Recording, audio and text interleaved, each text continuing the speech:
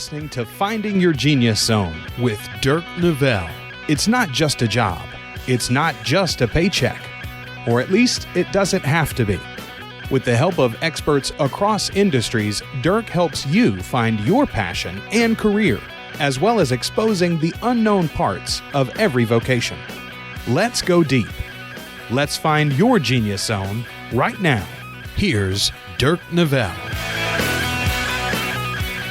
Hi, everybody. This is Dirk Nevelle. Welcome to my podcast. I am really honored to have Coach Bruce Brown on with me. And we've been talking a little bit prior to me hitting record and just kind of catching up. But Bruce is someone that came into my life in 7th and 8th grade and only a couple years, but really made an impact on me. And, you know, I've watched him through social media, stay in touch with a lot of his students. And, you know, he's a powerful guy who's done a lot of very cool things. I know he's super humble, but it's impressive what he's done. So we're going to get into not only the teaching and the coaching, but some of the things that have come out of that. Because I think it's really important when you're watching somebody like Coach Bruce Brown is to realize that teaching can lead to different avenues. And, you know, you don't have to be a one-trick pony and do one career. So I'm going to stop rambling and I'm going to pass it off to Coach and let him kind of tell you a little bit about what he's doing now. And then we'll get back into the history and get into the weeds about kind of the life behind his career.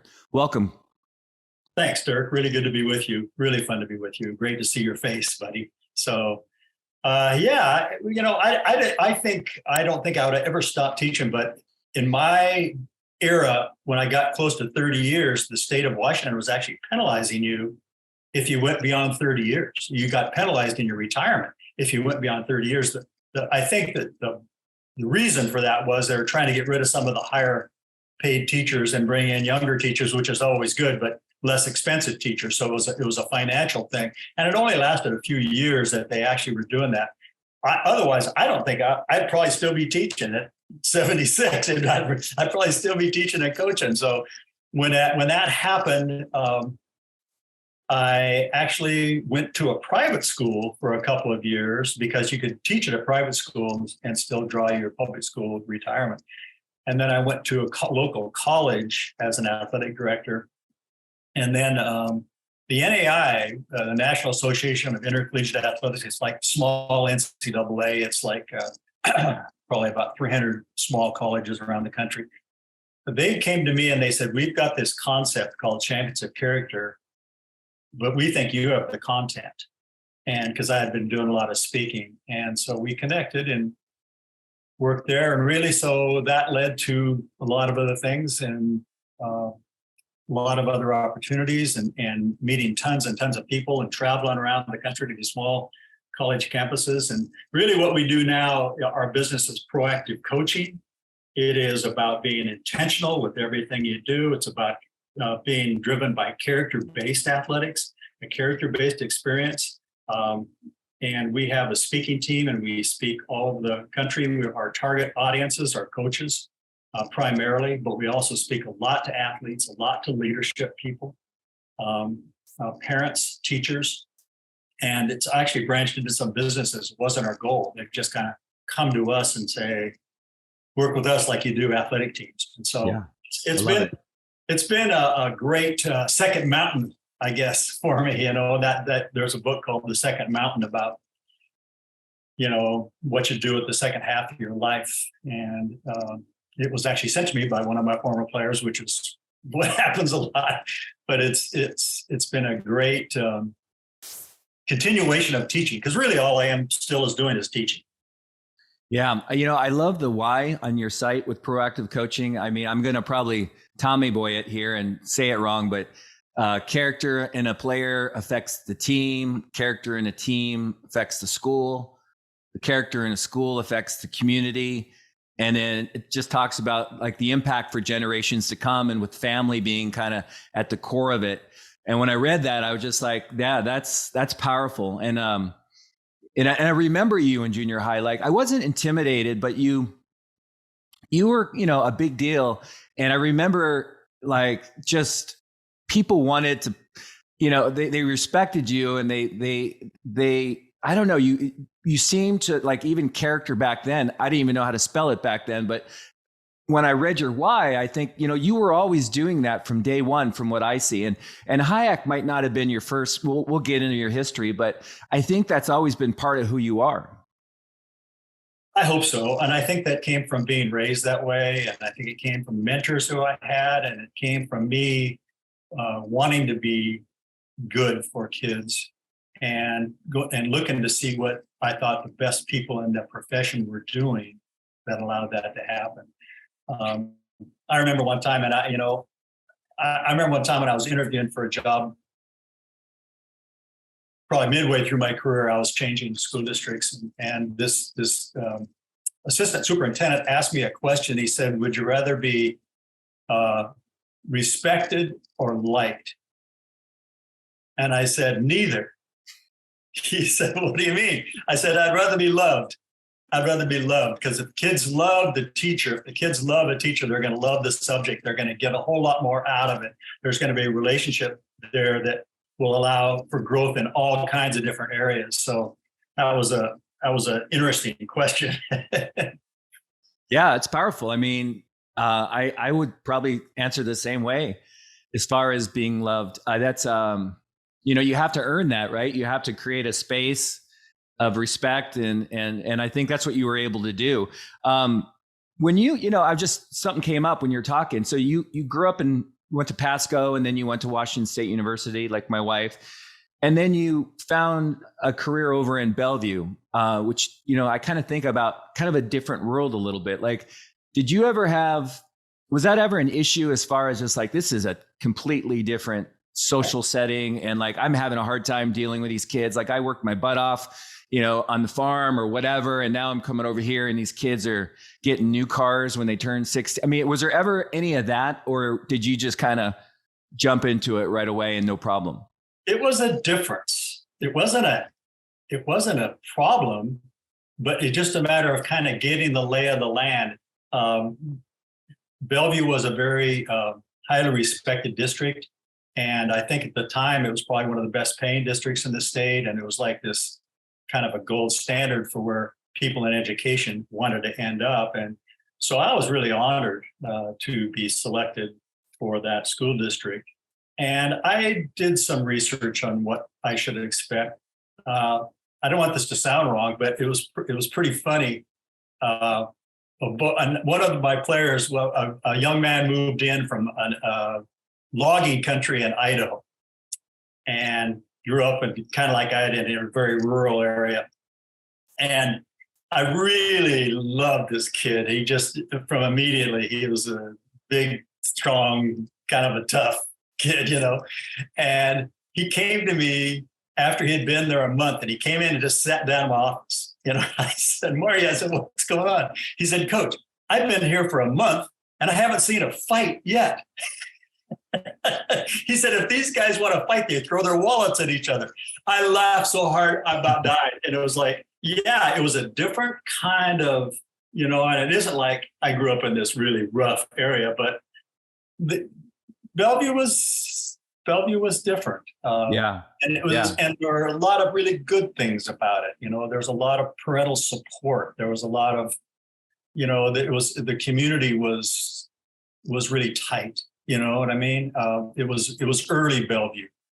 Yeah. And those families, so many of those families still live in those same houses. It was a great place. It was a great place to begin my teaching.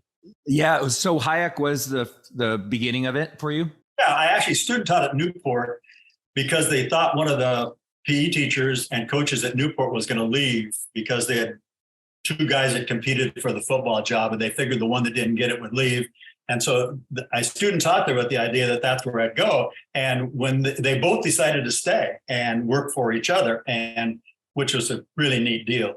And so I had been guaranteed a job in Bellevue. And so they said, "Well, we've got this job open at Hayek Junior High." And I thought, junior high, man, that's not really what I was thinking. I was thinking that I was going to be a high school. And then I thought back to my own junior high experience, and I thought, let me go see, because it's a critical time in your life, Dirk. It's just it's a very critical time. And I tell you what, it didn't take me long at all to just fall in love with it. And it's an age where kids are making decisions. For most kids, you're really the first coach that they've had that wasn't a dad. It's an age where they're trying to choose their path. Having coached both high school and college, most of those kids at 17, 18, 20, 22 have chosen a path.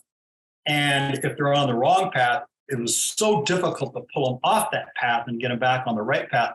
But for junior high school kids, I always felt like you could kind of go, okay, stop, a little bit to your left. There you go, straight ahead. Stop, okay, move back, and you can kind of guide them into, they were malleable, that you could kind of shape them to get on the right path. And once they're on the right path, then you just praise them like crazy. And there's a tendency for them to stay there. Also, I felt like with junior high school age kids, I felt like I had them for 6 years and not 3, because I felt like I could, teach them and coach them for 3 years in those critical years, and then really keep track of them as they moved into high school and then even through college. So it turned out it was probably you got to look junior high to teach there.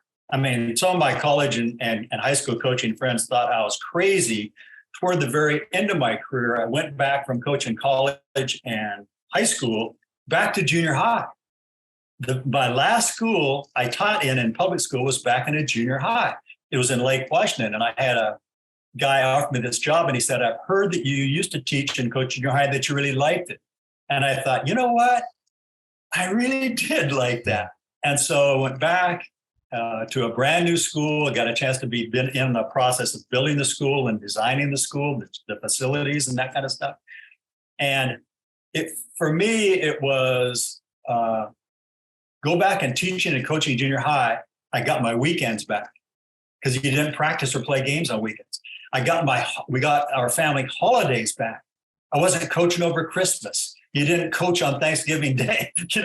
All the crazy things that college and high school coaches do, the schedule that they maintain. All of a sudden, I was back to, you play your games in the afternoon and you're home at 5:30 or 6. And so it was a life change to go back there, and it was a good life change for me. There are some people, some of my friends, I think, couldn't be satisfied with the desire to coach a higher skill level. But for me, it was coaching the exact same way. I didn't really change the way I coached, no matter what level I coached. And that skill level at that age, they can be taught a lot of things. And there's a lot of people that underestimate the ability of a 14 or 15-year-old athlete.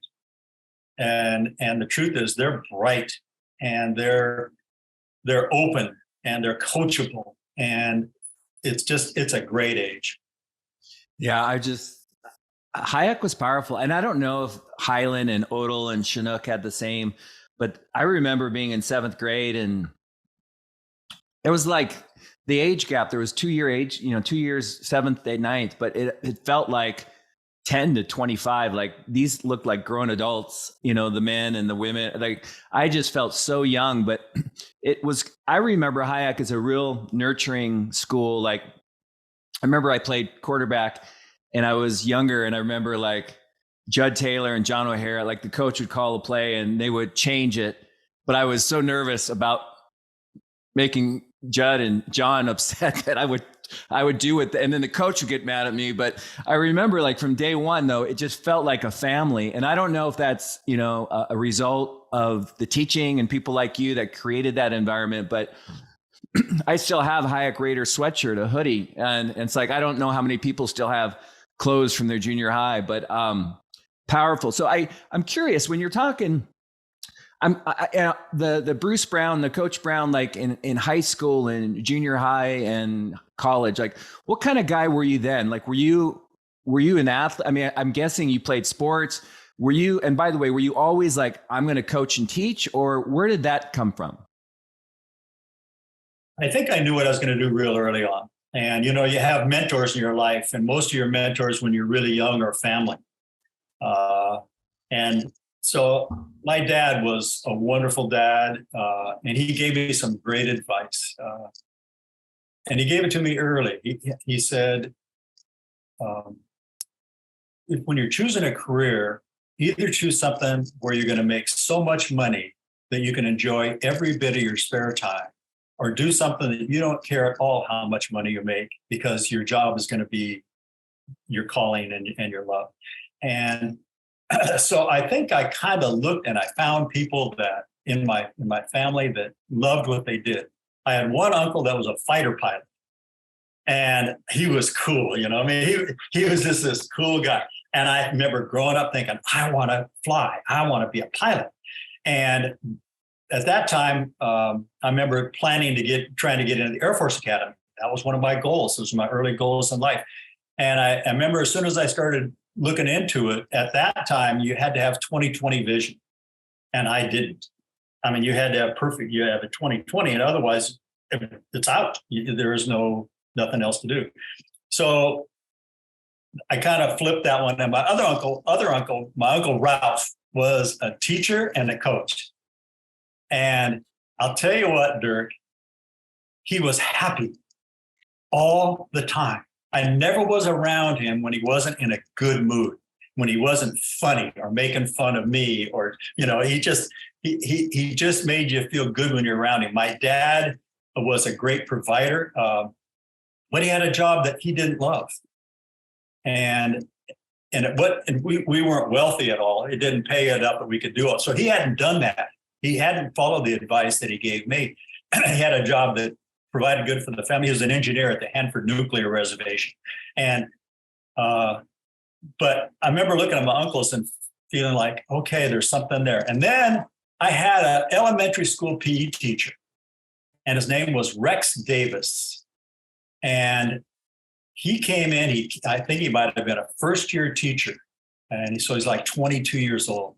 And in comes this guy, and I'm like 10. And I'm looking at him thinking, oh, this is the greatest guy I've ever met. He was full of life. He was a great instructor. He taught you stuff that you'd never learned before. He challenged you, but he did it in a way that you wanted to do it. Anyway, when I went to high school, Rex had actually gone up to the high school and was coaching gymnastics and tennis. And so I didn't play either of those, but I maintained a contact with him. Then I went to Washington State, and he was up there as the head tennis coach and an instructor. And so when he wrote a letter of recommendation for me as a graduating senior at Washington State to be a teacher, he said, I've known Bruce since he was in grade school. I've been teaching him since he was in grade school. And Rex Davis was one of those guys that I looked at and I thought, I want to be you. I want to be you. So I knew, I think at a very early age, where I think I was leaning. I started coaching at 13. I helped a guy coach the Little League team when I was 13 years old, 1 year out of Little League.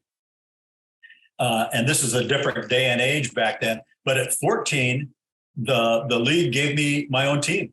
I'm 14 years old, and I'm coaching 11 and 12-year-olds. And they were like my friends' little brothers. Those are the ones I drafted. I drafted all my friends' little brothers. And so there I am, 14 years old, and a head coach. And it was this is great, And we had one field in our town and one Little League field in our town. And all the other adult men coaches, they got one night or one afternoon that they could go practice on the field. Okay. And they kind of had to split that up. Not me. I'm 14. It's summer, man. We're having 2-a-days. We're practicing at 10. We're coming back at noon and we're hitting. So I'd ride my bike with a bag full of helmets on and bats and balls over my shoulder and go down the field, and away we'd go. So I think that gave me a feel for what I was getting into. So when I went to college, I went there for a specific purpose. I wasn't one of my older brothers when he wandered around and changed majors, and and I think that was difficult on my parents to try to keep him financially in there. And I went with the idea that I'm going to be in here. I'm going to be out of here in 4 years. I'm going to go do what I was born to do. I think that's I'm so glad we're going down this road, because It sounds like, okay, you were certain you had a pathway, but I wonder subconsciously if you tuned into the energy of like your teacher and, man, this guy's happy. This guy has joy and this guy just brings good energy. And like, I wonder if just like that's what did it for you. And then, one thing led to another. But, this podcast is a lot about helping people get clear on choosing their life work. And I had a dad who was all about just get a job, son. It's not supposed to be fun and, make some money. And it was very superficial. So my definition of success in my early adulthood wasn't really my definition. It was his. But I think the advice that I'm trying to give to people that are thinking about what to do is pay attention to the obvious, like pay attention to what you gravitate towards or how you spend your Saturday. 7 hours feels like an hour. It sounds like you kind of did that early on. And I think that's, one of the questions I would have you is what advice would you give to somebody there's so many voices in our head with social media and what you should and shouldn't do. And my hope is that people will, take inventory of what their natural passions and skill sets are and try to carve out a career that aligns with that. Do you have any advice to kids that are struggling with trying to figure out their life work? Yeah, I don't give advice. Raising 5 daughters, okay, I learned, don't give advice. I'll say, would you like my thoughts on that? And then I'd say, my thoughts, you can take or leave my thoughts. But if you give people advice, it's like, then I'm expecting you to follow this. My thoughts on that are this, and I've done this with a number of kids who've come back into my life who are struggling in some way with where they're going.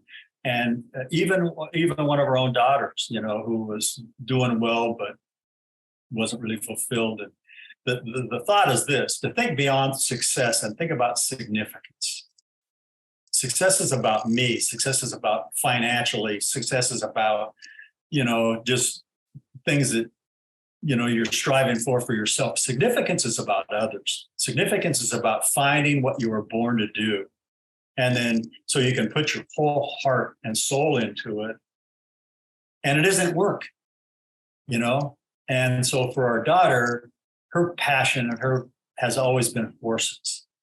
And now she is into a career where she does healing with horses. And I mean, it's just been magical to watch her transform from somebody who was kind of just going through the motions to somebody who just doesn't see it as work and just loves every day. And it doesn't mean that you don't have struggles and stuff, but it means I'm just watching her just transform into just this joyful person.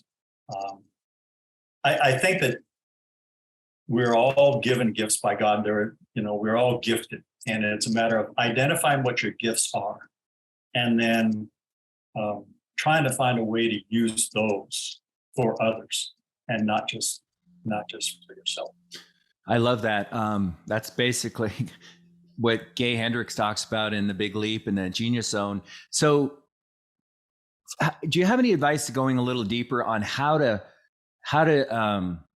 identify those interests? Because I feel like a lot of people have so many voices in their head and they don't feel safe. They don't think about like what's obvious, what's right in front of them, with like personality test, coaching, consulting with people that are close to you and love you and that you trust. But as far as like maybe young adults that don't have access to those types of people, anything you can point out that might help them identify what their natural gifts are? Because I think, it seems obvious, but I think a lot of people just don't think like that.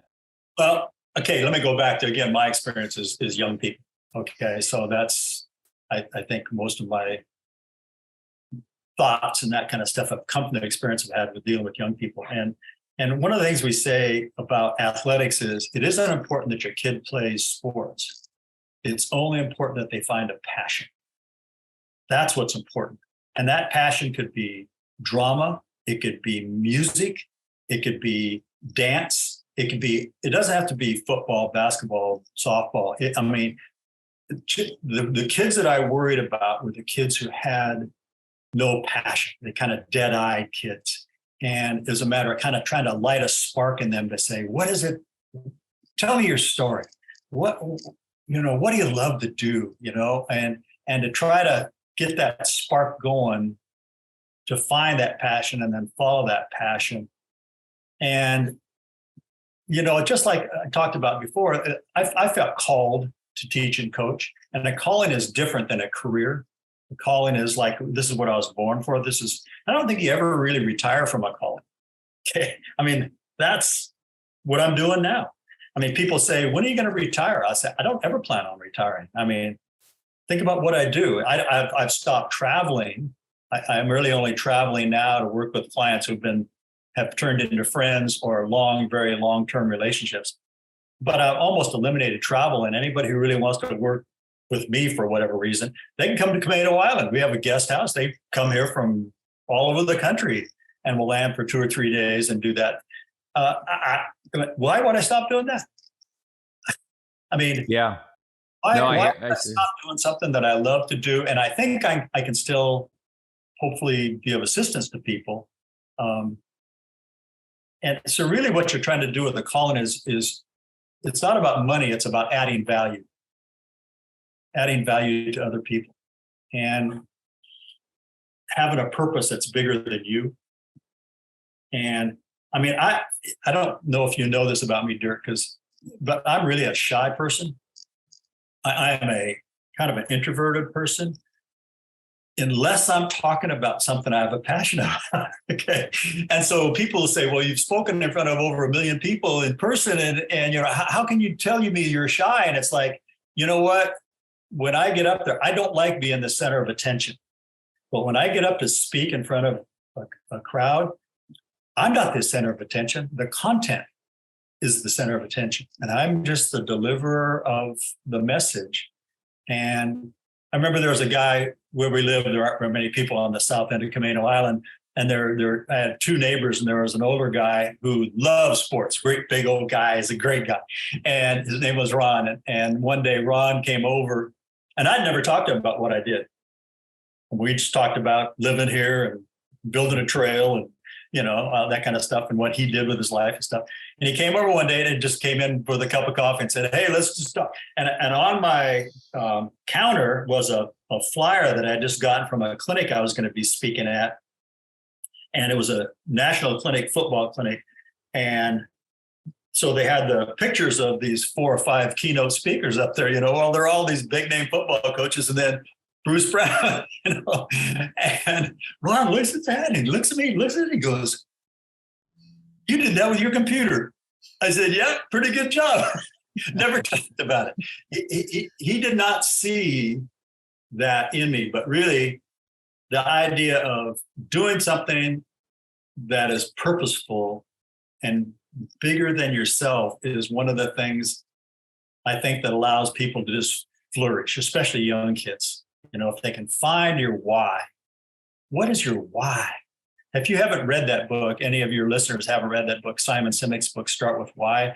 Oh my goodness, great book. And so many times, and even as a teacher, when we talk to teachers, I'll say, when you're teaching something new, you need to begin with why. The better your why is, the quicker it's going to be accepted. Coaches, when you're teaching a new technique or a new skill or a new offense, to have a why that the kids go, okay, I see the big picture here and I'm buying in now. And the better your why, the less resistance you're ever going to get as a teacher.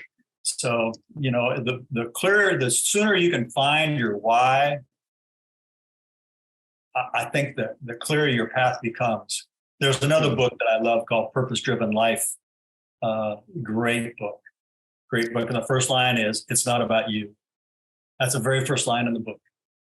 I know both those books. I love it. This is gold. I really appreciate, this is great information. Before, I want to kind of get into a little bit about post-teaching and post-coaching, but I'm curious, while I've got you, what kind of, couple questions, what kind of athlete were you?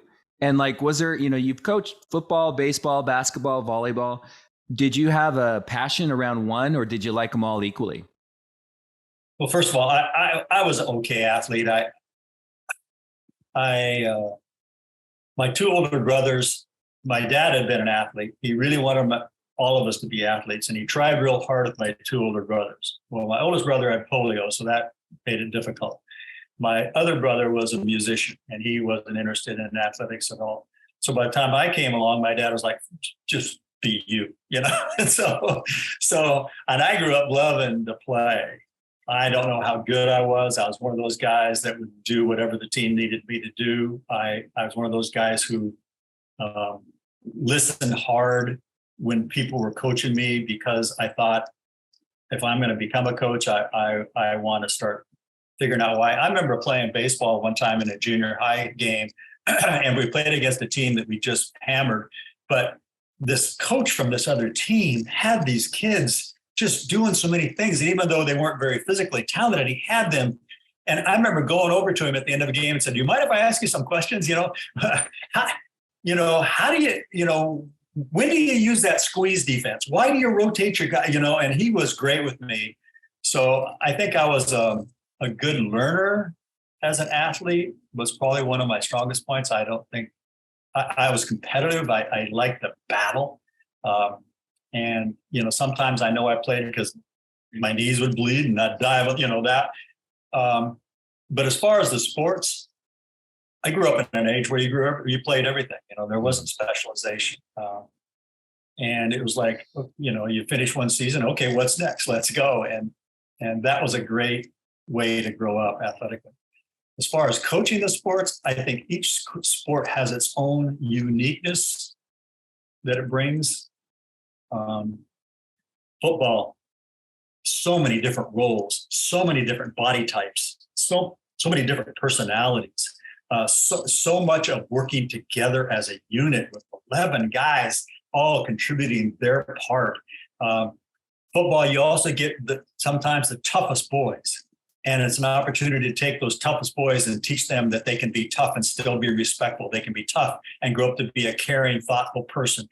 So it provided a lot of opportunities that way to learn how to control your emotions in football, and not just, yes, you want to be emotional, but you want your emotions to help your performance and not hurt it.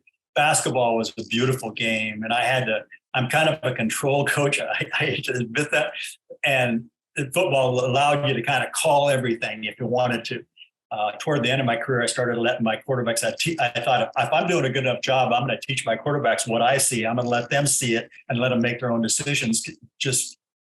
That was fun for me. But basketball, you kind of had to say, whoa, wait a minute. Okay, here's some parameters now. Just stay within those parameters and then attack. It's a beautiful game. I love the passing. I love the different roles that you can contribute in basketball. I love practices in basketball because you're inside and it's a very controlled environment. It's a great teaching environment. Volleyball, simple game, ball's round, it bounces where it's supposed to go. It's soft. You don't have to do everything. You either, you got to be able to serve, receive, set it, and hit it, and block it. And you don't have to do all of them. So that was a beautiful sport to coach. Baseball was like chess to me. You could kind of move the pieces around.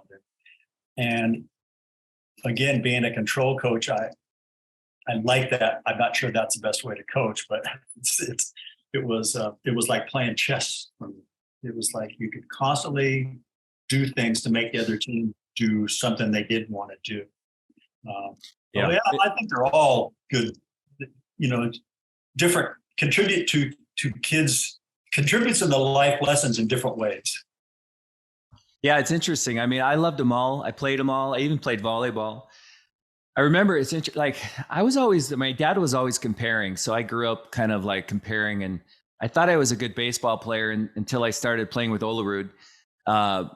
And we'd always play it together at the end of the year, an all-star team. And I remember, and this is going to lead to a question I have for you, but it was really cool for me to look back, and at the time I didn't realize it, but like being exposed to true talent. I was always an admirer. Like my dad played at Florida State. My brother played in college. My cousin played for the Huskies. And I was always like, I wouldn't say I was infatuated, but I was always very impressed with people that were very good athletes. And Olerud was definitely someone that it gave me a perspective into what it took to get to that level, the love for the game and the hard work. But I'm curious with your time, and I don't want to get you in trouble, but you had so many great athletes come through HIAC, and I know 7th, 8th, 9th grade, some guys don't peak yet, and maybe they get better in high school or even out of high school. But is there one or two individuals that you would say were the best athletes you ever saw come through? Well, I define athlete a little bit differently, and a lot of it, the way we define athlete is through character traits. And I had tons of kids who met the character qualifications of accountability, of responsibility, of leadership. I had tons of them, and I really don't think. I mean, you have some of the kids I coached in college were phenomenal, but one of the things, even when we're working with high level athletes now, I mean, whether we're working with Division I teams or NFL teams or something like that, one of our concepts is when talent meets talent, talent is not enough. Okay. So you've got to have an edge that goes beyond your talent. I mean, I see one of the teams we've worked with for the last few years, we've worked with UCLA football for the last 4 or 5 years.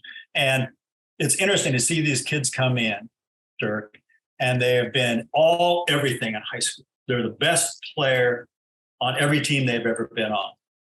And all of a sudden they get recruited, and they're feeling pretty good about themselves. And they arrive on campus and they go to their position meeting, and they realize there's 11 other guys that play that position, and they're like number 10. Okay, now what are you going to do? Are you going to pout? Are you going to transfer? Are you going to blame the coach? Are you going to whine? Or are you going to find an edge? And the same thing's true working with NFL teams. I mean, think about that. Every one of those kids was probably high school All-State, probably All-American in college, captain, leading scorer, inspirational, and all of a sudden they come on to NFL team and they're hoping that they get a chance to get on the field as a special teams player. And so, you talk about Old it's fun to see kids with that level of talent, and it gives you a perspective, as a teacher and as a coach, it gives you a big perspective of there's a difference. But you treat them all the same. The expectations, your standards are the same for your highest performer and your lowest performer. You said something in your question about those kids, in junior high school. That was another really fun thing about junior high school. You had some kids who are early physical matures. They're tall, they got hair on their chest, and they're 15 years old. And you've got to take that kid, and you've got to let that kid know, look, you are the best player right now. And part of it is you're already physically mature. You're going to be a 6-foot star in 8th and 9th grade, and you're going to be a 6-foot senior, very likely, in high school. So you're going to have to adapt your role. Mm-hmm. Okay? So you start preparing those kids for what's coming. And some of these kids that you've been patting them on the head down here, and you better be nice to those kids because they're going to be up here in a few years. And so the flip side of that is that late mature. Oh, I love those kids. And what you're really saying is, hang on, don't stop playing. Wear out a ball over the summer. Just stay in love with the game. Your day is coming. I remember having a kid one time came in, and he was about 5, 6, and he loved basketball. And his dad came to me and he said, "Gosh, I just don't know if JD's ever going to be any good at this game, And I remember looking up at him like this because he was 6'8". Is that JD Taylor? No, it was JD. Oh. I said, okay. I said, JD's not going to have any problem. Let's just coach him and teach him to love the game. Yeah. And then teach him to play it, and then let his growth spurt come. And he was a 6'8" or 9" junior. And so it's like, so those kids, you're saying, hang on, stay in here. I got my arm around you. Don't you quit. Don't you give up on yourself, because your best days are ahead of you.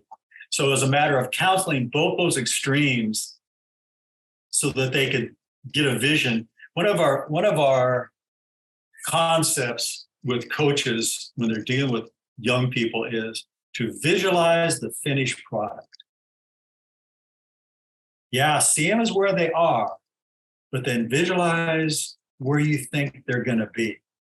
because those young kids that you're working with are going to grow up to be great dads, husbands, businessmen, leaders, physicians. I mean, they're going to grow up. One of my presentations called the Coach and Inspire. It's about what separates teachers, and we talk about that. And I put up a picture of a junior high school basketball team, and I said, "Look at those guys.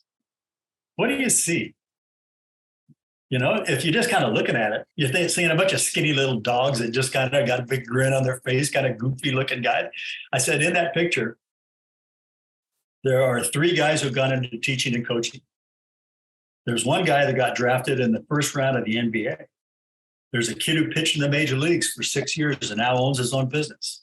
There's 4 of those guys who have very successful businesses now of their own.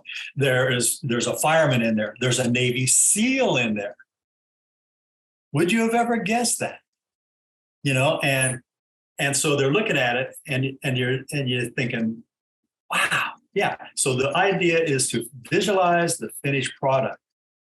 And that was something you talked about, taking weight training in junior high school, and we did a lot of body weight stuff. We weren't doing a lot of heavy lifting, of course, but the whole thing there was, I don't care what you look like now. Visualize what you want to look like. Visualize that finished product, and then every day see if you can close that gap. Just a little tiny bit. So, I love it. I remember I 7th grade, like Mark Dow was one of those guys that looked like a man to me. I think he was 2 years. And then Ken Stoner was my neighbor. I don't know if you remember Ken, but those guys, I mean, I just thought they were men amongst boys. But you're talking about the visualization, which, you know, I've had a coach for about 12 years, and it's been really instrumental in my life in terms of just kind of rewiring thoughts that didn't serve me and creating new thoughts, which created new emotions. And one of the things that I've really gotten into is meditation. And I'm just curious, does that ever play a part in your world as far as, I mean, is that something you do or something you talk about? It's not something I do, and it's not something I talk about. We only talk about things that we have actually done.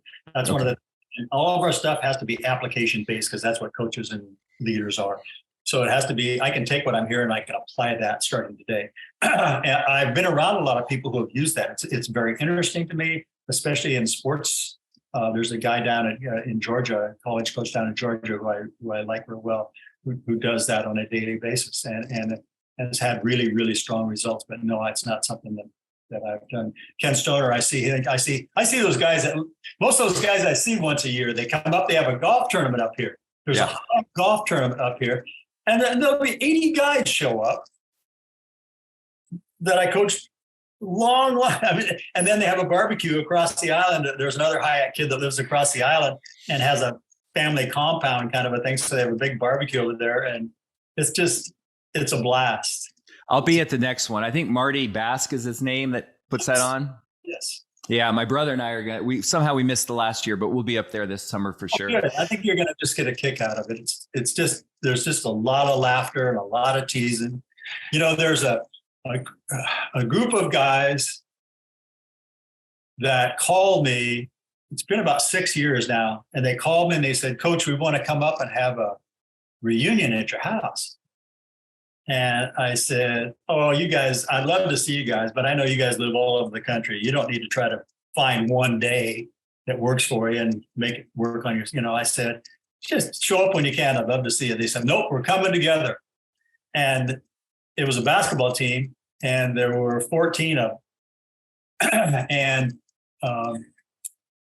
the first year they came up, 12 of them were here. 2 of them didn't make it. One is a high school principal who was on his first family vacation in Hawaii in 20 years. And the other one is Dr. John Sakajima, who had surgery that day. He was performing. So they didn't make it. These kids came out, Dirk, they're from 1971. Wow. They call themselves the Boys of 71. It was one of my first years teaching. I told Dana, I said, watch what happens when these guys get together. Because when you get a great group of people who love each other, they form these lifetime friendships. And even though these guys hadn't seen each other for over 50 years, they went right back to who they were. The same teasing, the same, it was just, and their memories. And those guys have come up every single year. since then. And now they're bringing their wives. It's a hoot. I love it. By the way, did you meet Dana at Hayek? Mm-hmm. So that's where you guys met?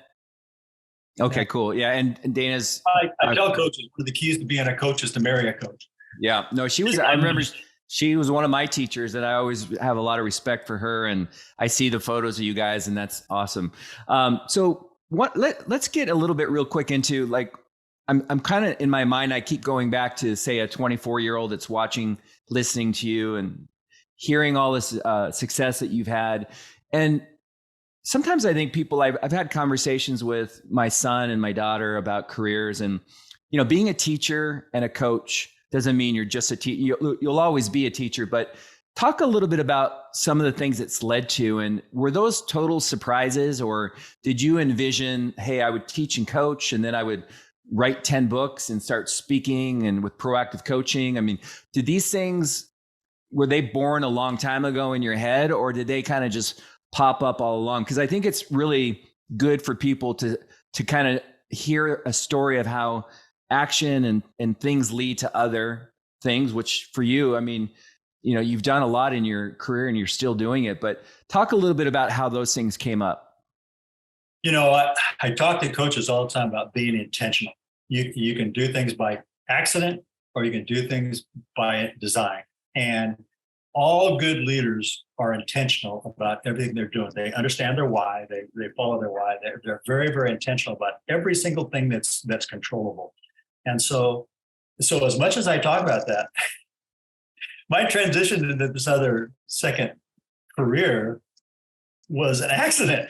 I mean, that's kind of embarrassing for me to admit, but I never saw myself as a writer or a speaker, because, like I said, I'm pretty shy.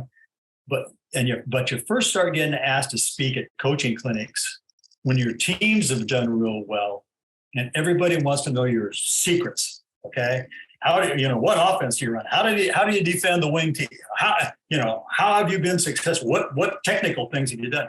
So I was speaking.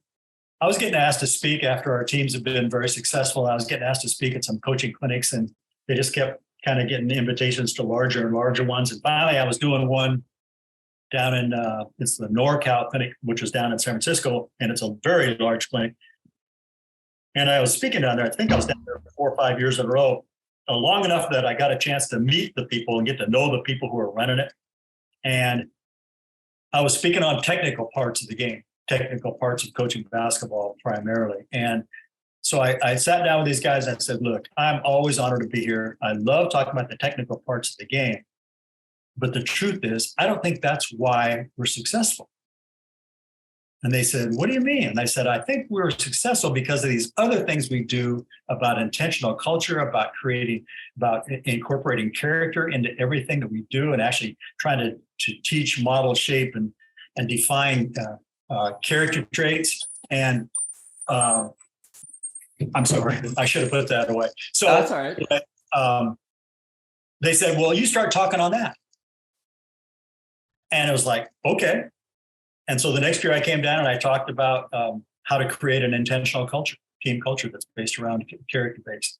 And then we talked about how to work with challenging behaviors. And then it led into this and this and this, life lessons for athletes, things that you can teach that every kid that plays for you should exit having been able to apply to their life. And it just kept adding on. And from there, it just kind of blossomed, and everything's been organic. It's just been word of mouth. Until Facebook, we had never advertised a thing. It was all, you go somewhere and it leads to another one, it leads to another one, it leads to another one. Yeah, I love it. It's the dance. This is the dance of the podcast is sometimes you got to get out there. It's like dating and go meet people and take action and experience life. Jobs lead to different things, right? But in the same token, going back to the original basis for this podcast is taking inventory of what your passions are and what separates you from everybody else. And like you said, I think everybody is born into this world with unique skills and interests. And I think if you can marry the two, in terms of character, action, and leveraging your natural skill sets, I think great things can happen. As we wind this down, there's a couple questions I like to ask all my guests. And by the way, did Drew Merklinghouse go to HIAC? Yes.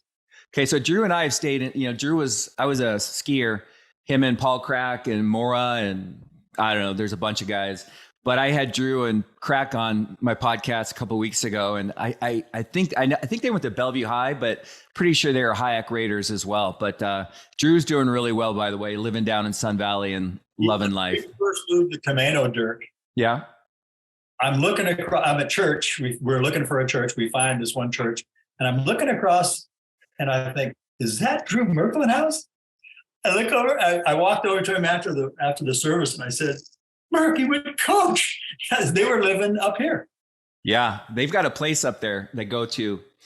So they split time between. I don't know if it's Stanwood or Camano, but I think it's near you somewhere. But anyway, he's doing really well. But if you could go, I mean, this is kind of a loaded question, and typically I know the response, but knowing what you know now, like I have a feeling you wouldn't change anything. But if you could go back in time and coming out of Pullman at Wazoo, would you do it exactly the same way, or would you change anything? I would love to be 21 years old and starting all over. I would love to be just graduate college and starting a career in coaching and teaching. And there would have been things that I did different. I mean, sometimes when I come across kids who I coached really early in my career, the first thing I do is apologize. Because it's like, wait a minute, I wish I'd have been coaching you in my last 10 years instead of my first 5, because I think I was so much better at what I was doing. I think anybody who coaches or teaches, anybody who works with young people, maybe even people in general, but if you're a coach and a teacher, you can't go more than a month without walking out in your car and sitting down and going, you know what? I wish I hadn't said that. I wish I hadn't done that. I wish I could rewind the tape. I need to make sure that I go, solve this, get some forgiveness for this tomorrow. I need to fix this, okay? Because sometimes, especially in a profession, it's emotional. I think sometimes you say something, you use words that serve you and not others, or you haven't learned how to control you haven't learned to breathe before you talk. You haven't learned how to detonate your explosives in an unpopulated area. So, there's a lot of things. I wish I could have grown up faster. I think I was pretty mature when I first started, but like I said, I always wish that I would have had some of the experiences and knowledge when I was younger that I had when I finished. Well, I mean, hindsight, but I mean, again, all these people that have come into your life and that continue to seek you out. I mean, that's success. Like, that's the impact that you've made that's what I want in life, and I didn't really understand it in my 20s, but it's powerful. And I know that you're a humble guy, but I hope you're proud of yourself. And I know you say you're shy, but I mean, what you've done is pretty remarkable. The last question is, let's just say you couldn't coach, you couldn't teach, you couldn't write books, you couldn't do any of the stuff you're doing now. Is there like just a random dream job that, you and Dana talk about? Like, if I could, be a chef on an island in Greece or whatever, is there something that you would love to do that nobody knows about you? I think I'd still like to be a fighter pilot. I still have dreams of flying. I think that's just something about that. I've been very tempted to go out and do one of those things where you get on those parachutes and go down. Every time I see one of those, I think I need to do that. I need to make that work. I don't know what I would have done. I hopefully, one of the things we say is you can't be indifferent and strive for significance. You have to just be able to put your heart into what you're doing. And I think I would have hopefully found something that I could have done that. If somebody would have made me choose between teaching and coaching, if an administrator had said, look, I got some opportunities to go somewhere where all you did is coach, at a college level. And if somebody would have made me choose, I would have chose teaching. And I think that surprises a lot of people. But, some years I could help 12 kids play basketball, but I could help maybe 150, 300 kids through physical education. I love physical education. All coaching really is for me is advanced PE. That's all it really is. You're still a teacher.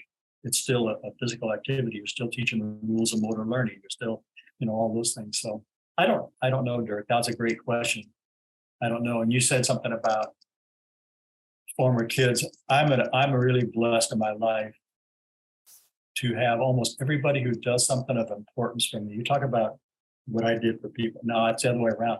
Almost everybody who does anything of importance in my life is a former player. My financial guy, my insurance guy, my attorneys, you name it, they're all former players. And that is a level of love and trust that I wouldn't have anybody else. And so it's been a great circle that's happened in my lifetime, and I wouldn't trade what I did for anything. One thing you said that I want to come back to before we end this is when you talk about talent meets talent, is it character? Is that what separates? Like, what is the separation of that person when they're in a locker room with 10 other guys that are equally as talented? What separates them? It's about finding what your edge is.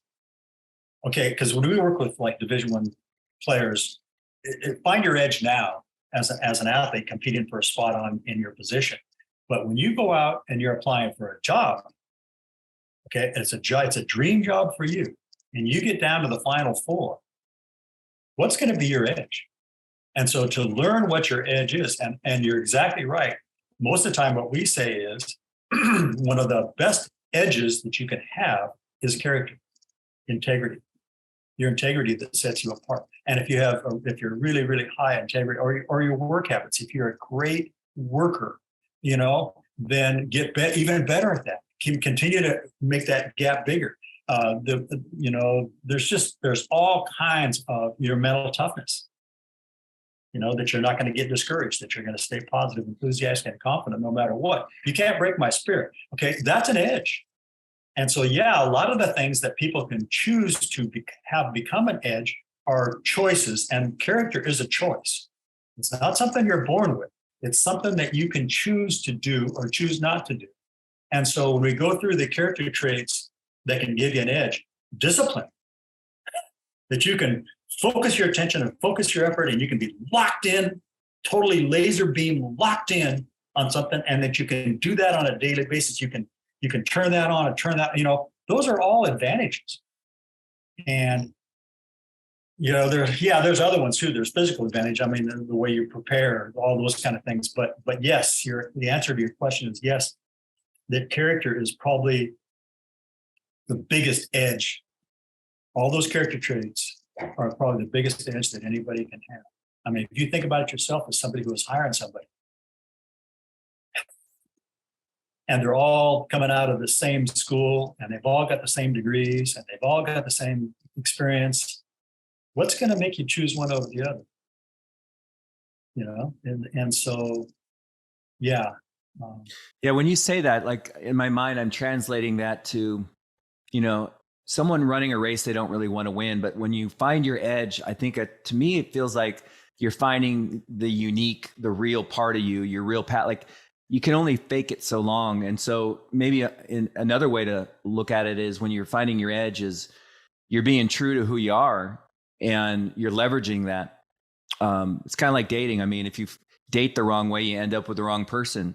But I don't know, maybe I'm taking it in a different direction. But Coach, this has been amazing. I'm super honored that you took the time to hang out. I feel like this content's going to really change people's lives and make an impact. And just want to say thank you so much.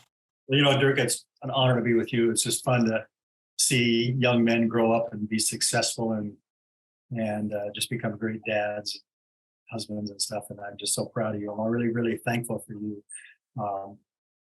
And it was a really a fun. And you're welcome to give anybody who wants to contact me my contact information. I'm old. I stay home. I talk to the home. That's what I do. So life is good, buddy. And you need to get up here to Camino.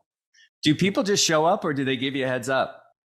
Most of the time they give me a heads up, but every now Dana probably doesn't appreciate people just showing up. She's right with me. She's always glad to see him. So, well, I'll see you this summer for the golf tournament. And my wife's uncle lives up there, Rick Barry. I don't know if you know him, but he's been up there for a long time. But it's a beautiful area. I think an old Hayek guy, Sean McKenna, used to live up in Camino. Sean lives across the island. Yeah. It's great. I love it. Ian Patrick lives over here too. And Joel Nark, the Nark family, that's the kid who hosts the barbecue, Joel. Oh, Joel. Yeah, I remember Rob Nark and Liz Nark. Yeah. I lived with Rob for a while, but yeah, great community of Raiders. I'll see you soon. Okay. That sounds great to me. Thanks, Coach.